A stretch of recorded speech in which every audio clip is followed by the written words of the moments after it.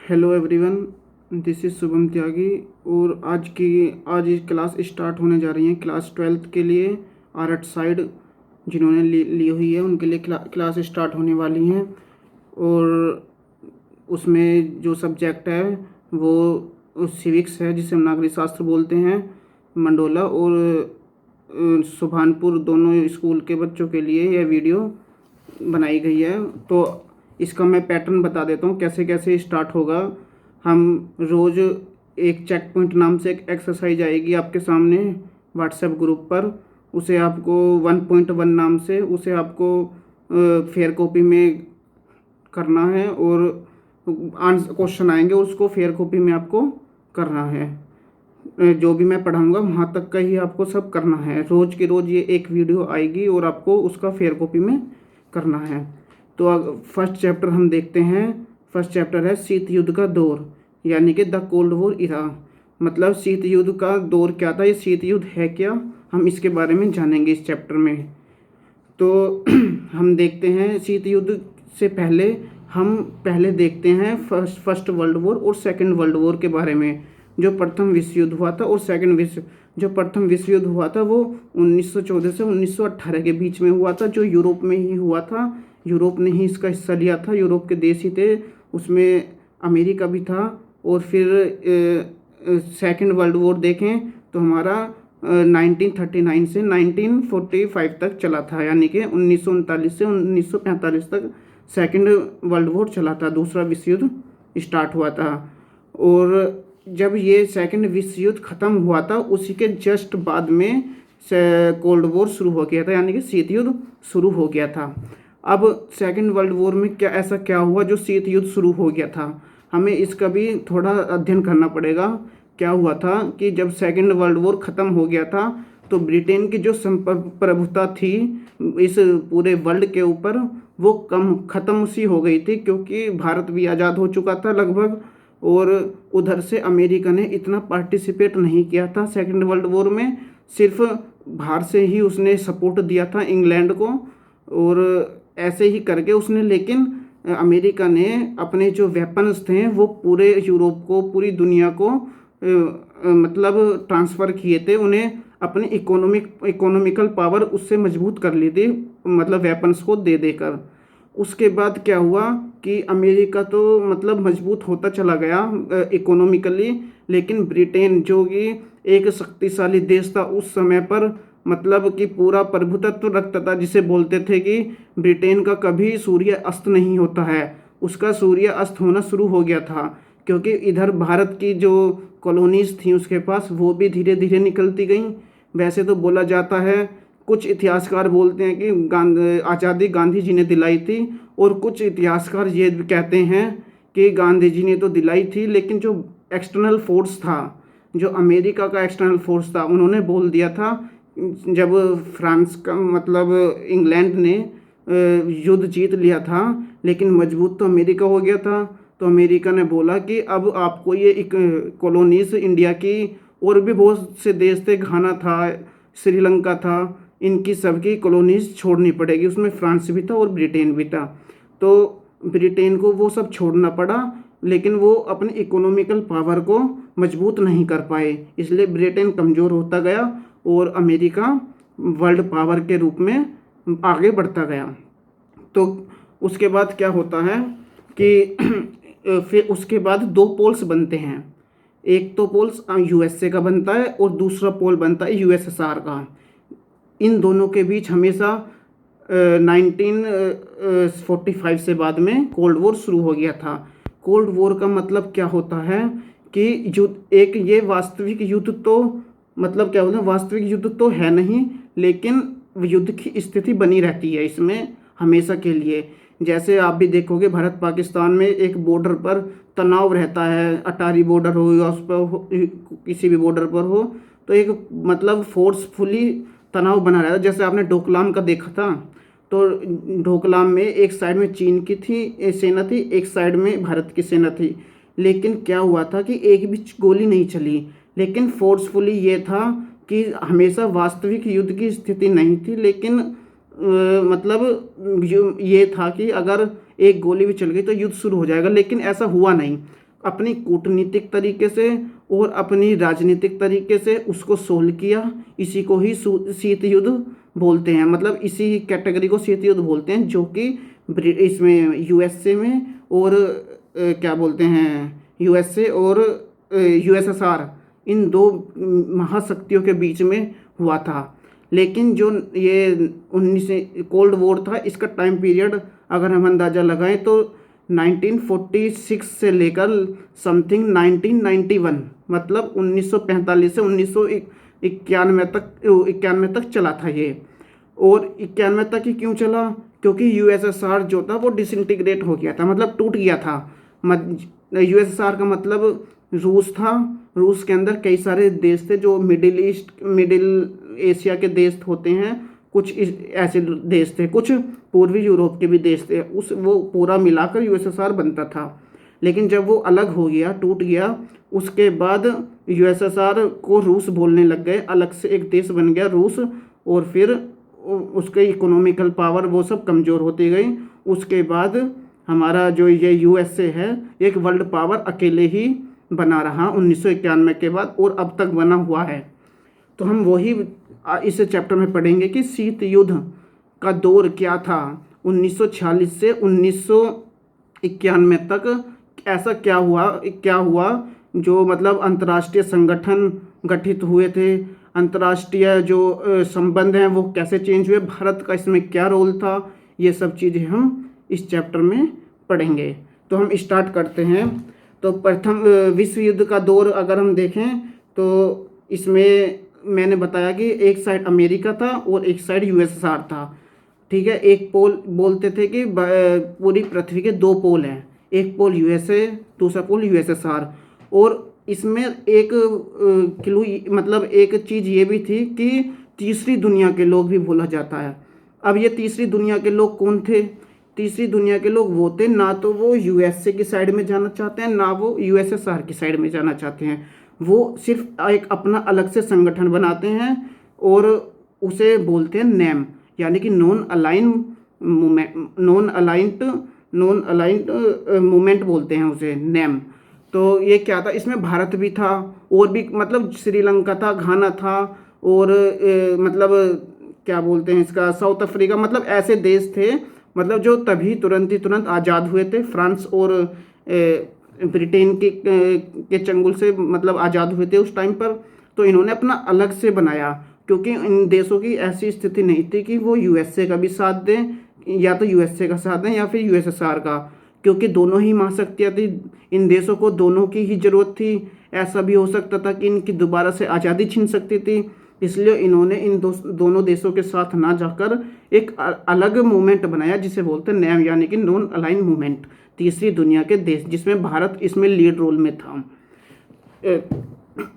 तो अगर हम इसमें देखें तो इसमें शीत युद्ध से आज से मैंने आपको बताया क्या होता है। शीत युद्ध की एक वास्तविक युद्ध नहीं होता, परंतु युद्ध की स्थिति हमेशा बनी रहती है।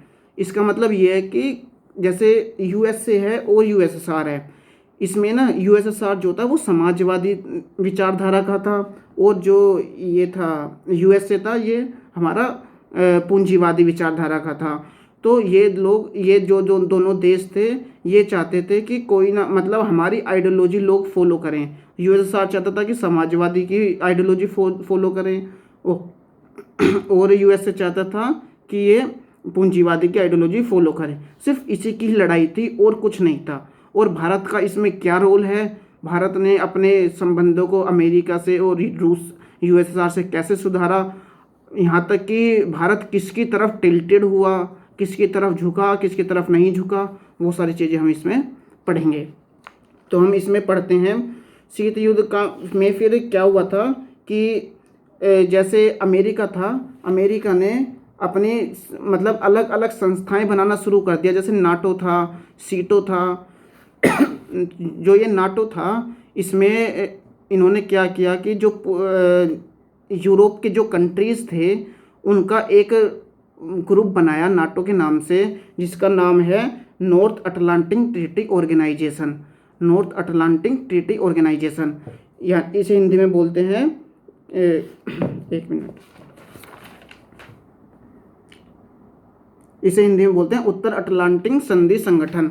इसमें क्या हुआ था कि इसमें मतलब 12 देश थे यूरोप के, जिन्होंने ये बोल दिया कि हम एक संगठन बनाते हैं नाटो के नाम से, और उस संगठन पे अगर उसी के देश की किसी भी उस संगठन के किसी भी देश पर अगर यूएसएसआर का कोई भी देश या यूएसएसआर से रखने वाली विचारधारा उस पर आक्रमण करेगी, तो इसका मतलब ये है कि उन 12 के 12 देशों पर हमला माना जाएगा और वो अपनी सैन्य कार्रवाई उस देश पर करेंगे। नाटो का ये मतलब था कि मतलब अगर मोटा मोटा जाने तो सिक्योरिटी थ्रेट देना दूसरी विचारधारा को, नाटो का मतलब ये था। अमेरिका इसको लीड कर रहा था। तो मतलब इन्होंने अपना शीत युद्ध शुरू कर दिया था कि इन विचारधारा की ये कंट्री मेरे साथ हैं, इन विचारधारा की मेरी कंट्री मेरे साथ हैं। तो शीत युद्ध की प्रकृति कैसी थी अगर हम देखें तो शीत युद्ध में था कि एक दूसरे को नीचा दिखाना। यूएसए यूएसएसआर दोनों के अलग अलग पोल थे, अलग अलग बहुत ताकतवर देश थे दोनों अपने आप में। तो ये चाहते थे कि हमारी बातें ऊपर रहें, हमारी राजनीतिक नीति ऊपर रहें, हमारी कूटनीति, हम दूसरे को कैसे हरा सकते हैं। तो एक दूसरे को मतलब नीचा दिखाने की इनकी कोशिश रहती थी शीत युद्ध के अंदर। और विचारधारा और मान्यताओं का इनमें मतलब वो था, बैर था कि वैमनस्य था कि हमारी जो विचारधारा सुप्रीम है, हमारी विचारधारा ही सबसे अच्छा, इसी में डेवलपमेंट हो सकता है। तो इन्होंने ऐसा दूसरे देशों को बोलना शुरू किया। दूसरे देशों को जैसे गरीब देश थे उसी टाइम पर मतलब आज़ाद हुए थे, उन्हें एक इकोनॉमिकल पैकेज देने की इन्होंने शुरुआत की थी, आर्थिक सहायता जिसे बोलते हैं, शुरुआत की। और एक दूसरे को मतलब दूसरे देशों को जो कमज़ोर थे उन्हें देने लगे। उन देने के बाद उन्हें कहने लगे कि भाई तुम हमारी विचारधारा से प्रभावित रहो, हम तुम्हें इतना इकोनॉमिकल पैकेज देंगे। तो ये सब चलता रहा था उस टाइम पर। तो अगला पॉइंट आता है कि शीत युद्ध के क्या कारण थे। शीत युद्ध के अगर हम पीछे छुपे हुए कारणों को भी देखें तो इसमें था शीत युद्ध के कारण जो थे परमाणु बम का आविष्कार। परमाणु बम का आविष्कार अमेरिका ने और चीन ने, वो अमेरिका ने मतलब परमाणु बम का आविष्कार कर लिया था। तो जो यूएसएसआर था उसने इसे मानवता के खिलाफ बताया था, जो जिससे इनमें एक दूसरे में और जो वो था वैचारिक लड़ाई थी और ज़्यादा गहराती चली गई थी। उसके बाद सोवियत संघ द्वारा यूएसए की आलोचना। सोवियत संघ की जितने भी देश थे उनमें चाहे मतलब यूएसएसआर में जितने भी देश थे, छोटे छोटे बहुत ही देश तो नहीं बोलेंगे, एक तरह से प्रांत बोलेंगे, क्योंकि उस टाइम पे यूएसएसआर एक देश के नाम पे जाना जाता था, पूरा संगठन था उसके। तो फिर क्या था कि यूएसएसआर की जितने भी न्यूज़ चैनल हैं, पत्रिकाएं हैं, पत्र हैं, उन्होंने सबने यूएसए की आलोचना करनी शुरू कर दी, उनकी आइडियोलॉजी की आलोचना शुरू करनी मतलब स्टार्ट करनी कर दी। उसके बाद क्या था कि जो यूएसए के नागरिक थे और यूएसएसआर के नागरिक थे, उनके आपसी जो वैचारिक संबंध है वो और ज़्यादा मतलब खिंचते चले गए, मतलब एक दूसरे के लड़ाई के प्रति अपनी विचारधारा प्रकट करने लगे। उसके बाद क्या था, बर्लिन की एक कारण ये भी था कि बर्लिन की घेराबंदी 1948 में बर्लिन की घेराबंदी कर ली गई थी, जो एक प्रमुख कारण बना था। अगला पॉइंट है सोवियत संघ द्वारा वीटो का प्रयोग। क्या था कि एक यूएन जिसे यूनाइटेड नेशन बोलते हैं आज की तारीख में, तो उस टाइम पर एक संगठन बना था शीत युद्ध के बाद, मतलब सेकेंड वर्ल्ड वॉर के बाद एक संगठन बना था यूनाइटेड नेशन, जिसे यूएसएसआर ने ये माना था कि ये जो ये यूएसए का ही एक्सटेंशन है, मतलब यूएसए की विचारधारा से ही प्रभावित है यूनाइटेड नेशन। इसलिए जो अपनी वीटो का प्रयोग था यूएसएसआर का, वो उसके प्रस्ताव को रोकने में करने लगा, जिससे यूएसए और यूएसएसआर की विचारधारा और में जो और खिंचाव था वो बढ़ता चला गया। एक घटना ये भी हुई थी, U2 की घटना। U2 एक विमान था अमेरिका का। तो उसमें क्या हुआ कि यूएसएसआर ने ये आरोप लगाया कि यूएसए हमारी चापलूसी करता है, हमारा मतलब सिक्योरिटी थ्रेट दे रहा है हमको, इसलिए उसने उस पर आक्रमण किया और उसे मार गिराया था। इस वजह से भी बहुत टकराव देखने को मिला। फिर एक कारण ये भी माना जाता है कि भारत पाकिस्तान का जो युद्ध था 1965 में, 1965 में, तो उसमें अमेरिका ने दखल देना शुरू कर दिया था, जिससे यूएसएसआर को ये बात पसंद नहीं आई और उन्होंने बोला कि मतलब उन्होंने कहा कि आप बीच में मत आइए, ये इनका आपस का मामला है। लेकिन यूएसए ने मतलब दखल दी, इसलिए इनके बीच में और मतलब विचारधाराएं गहराते चली गई भारत पाकिस्तान युद्ध में भी 1965 में। अब हम शीत युद्ध का अगर परिणाम देखें, परिणाम तो एक मैंने बताया कि नाटो की स्थापना की गई थी 1949 में, जिसे हम उत्तरी अटलांटिक संधि संगठन बोलते हैं, ठीक है। फिर इसी के नाटो के ही अपोजिट में यूएसएसआर ने भी एक संगठन बनाया वार्सा के नाम से, वार्सा संधि के नाम से। मतलब वार्सा संधि का मतलब ये है कि जिन देशों ने नाटो संगठन में हैं, जो देश नाटो संगठन में हैं, उनके अपोजिट पश्चिमी देशों के में कैसे उनको बिहेव करना है, कैसे उन 12 देशों का सामना करना है, वो वार्सा संधि में मतलब उन्होंने भी कई देश सम्मिलित किए और वार्सा संधि बनाई, जिससे नाटो संगठन का विरोध किया जा सके या उसका सामना किया जा सके। शक्ति प्रदर्शन एवं गठबंधन। शक्ति प्रदर्शन मतलब यूएसएसआर और यूएसए परमाणु बम का आविष्कार करते रहे, उनका मतलब टेस्टिंग करते रहे, तो ये वो एक दूसरे को अपनी शक्ति दिखाते रहे। गठबंधन का अगर हम देखें तो जो दक्षिण पूर्वी एशियाई संधि संगठन है सीटो, जो अमेरिका ने बनाया था, ठीक है। और क्या बोलते हैं इसमें, जैसे अमेरिका है, अमेरिका ने पाकिस्तान अमेरिका की तरफ टिल्टेड हो गया था। जो वैसे तो भारत में ये कहता है कि हम नेम पर विश्वास करते हैं, नॉन अलाइन मूवमेंट पर विश्वास करते हैं, यानी कि तीसरी दुनिया पर विश्वास, तीसरी दुनिया के देशों में हम सम्मिलित होना चाहते हैं। लेकिन उस टाइम पे अगर हकीकत देखें तो भारत जो था कुछ हद तक यूएसएसआर की तरफ टिल्टेड था। मतलब जो हमारे पहले प्राइम मिनिस्टर थे जवाहरलाल नेहरू, उनकी जो विचारधारा थी वो रूस की यूएसएसआर की विचारधारा यानी कि समाजवादी विचारधारा से मेल खाती थी। तो हम ये कह सकते हैं ये देश एक दूसरे की तरफ खिंचते चले गए थे उस टाइम पर। फिर एक जो शीत युद्ध का परिणाम था इंटरनेशनल संबंधों में ये आया था कि नव स्वतंत्र देशों की चिंता ये थी कि अभी हमें स्वतंत्रता मिली है, अगर जो ये दोनों पोल, एक था यूएसए और दूसरा था यूएसएसआर, अगर ये दोनों पोल मतलब आपस में लड़ते रहे तो एक समय पर हमारी आज़ादी भी छिन सकती है। तो मतलब ऐसे ही विचारधाराएं फैलती रहीं, जिसका एक परिणाम शीत युद्ध का यही था। फिर एक था महाशक्तियों में मुठभेड़ की स्थिति। महाशक्तियों में मुठभेड़ की स्थिति क्या थी, जैसे थी कोरिया की लड़ाई थी 1950 से 1953 में। कोरिया जैसे नॉर्थ कोरिया साउथ कोरिया के बीच में अमेरिका और यूएसएसआर, इन दोनों के बीच भी एक टकराव शुरू हो गया था। फिर बर्लिन की दीवार, बर्लिन में भी इनका प्रॉब्लम शुरू हो गई थी। तो ऐसे ही मतलब एक तरह से माने तो सीधे सीधे मतलब एक वास्तविक लड़ाई, एक वास्तविक युद्ध नहीं था, लेकिन वो मतलब कि आपसी विचारधारा की लड़ाई थी, कौन किस पर ज़्यादा हावी हो सकता है, वही विचारधारा की लड़ाई थी। तो शीत युद्ध का तो यही हिसाब लगाया जा सकता है कि जो युद्ध कूटनीतिक, राजनीतिक, धार्मिक चीज़ों से चले या जिस चीज़ों से चले वो वास्तविक चीज़ों से नहीं चलता है। इससे आगे जो है चेक पॉइंट 1.1 की एक्सरसाइज आएगी। आपको इसमें जो क्वेश्चन दिए हुए हैं उनका आपको फेयर कॉपी करनी है, और जो भी अब एक्सप्लेनेशन मैंने दी है उनके हिसाब से करना है। जो ये फ़ोटो मैं आपको व्हाट्सएप ग्रुप पर सेंड कर दूंगा, 12th क्लास आर्ट साइड के ग्रुप पर, और आपको वहाँ से पढ़ना है और इस एक्सरसाइज को पूरी करनी है। Thank you very much.